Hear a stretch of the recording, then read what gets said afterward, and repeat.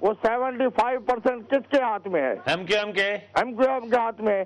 اب کیا یہ ایم کیو ایم کی ذمہ داری نہیں بنتی کہ وہ امن قائم کرے؟ نہیں، وہ یہ کہیں گے کہ شیر شاہ لیاری تو جی ہمارا ایریا نہیں ہے۔ یہ تو کوئی بات ہی نہ ہوئی، شیر شاہ کے علاقے سے وہ الیکشن تو جیت جاتے ہیں اور وہ کہتے ہیں ہمارا علاقہ نہیں ہے۔ وہ تو اورنگی سے جیتے نا، اورنگی۔ ٹھیک ہے نا، سمپل بات میں بتا رہا ہوں آپ کو اچھا کہ آج صبح کو رنچوڑ لائن کے علاقے میں 2 آدمی مرے۔ ہاں، سوال یہ وہاں تو بھتے کی کوئی بات نہیں تھی۔ ہاں، رنچوڑ لائن تو خیر ان کا ہے۔ اچھا، اور دوسری بات یہ 2-3 دن پہلے جو ہے اورنگی ٹاؤن سے 3-4 بلوچوں کی لاشیں ملی۔ ہاں، وہ تو بار بار بات آ رہی ہے جی کہ نہیں تھی۔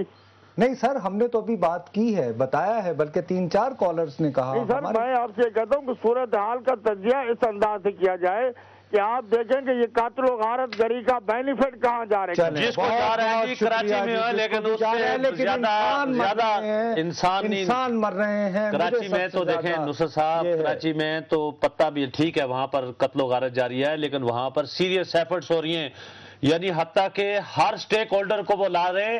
مجھے جو دکھ ہے اور مجھے جو خدشہ ہے کہ بلوچستان میں جو لوگ ہمارے، جو بھائی ہمارے ناراض ہیں، جو ہمارے بچے ناراض ہیں، جو ہماری بہنیں ناراض ہیں، ان کو منانے کے لیے کوئی نہیں جا رہا، ان کی طرف توجہ نہیں دی جا رہی۔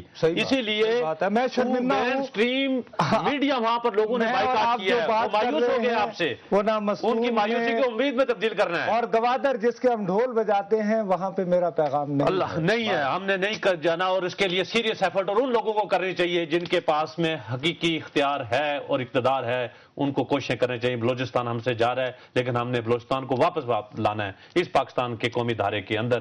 آپ سے اجازت چاہیں گے، لیکن جانے سے پہلے ہمارا ای میل ایڈریس dma@duniatv.tv، نصرت جاوید اور مشتاق مناز کو اجازت دیجیے۔ اللہ حافظ۔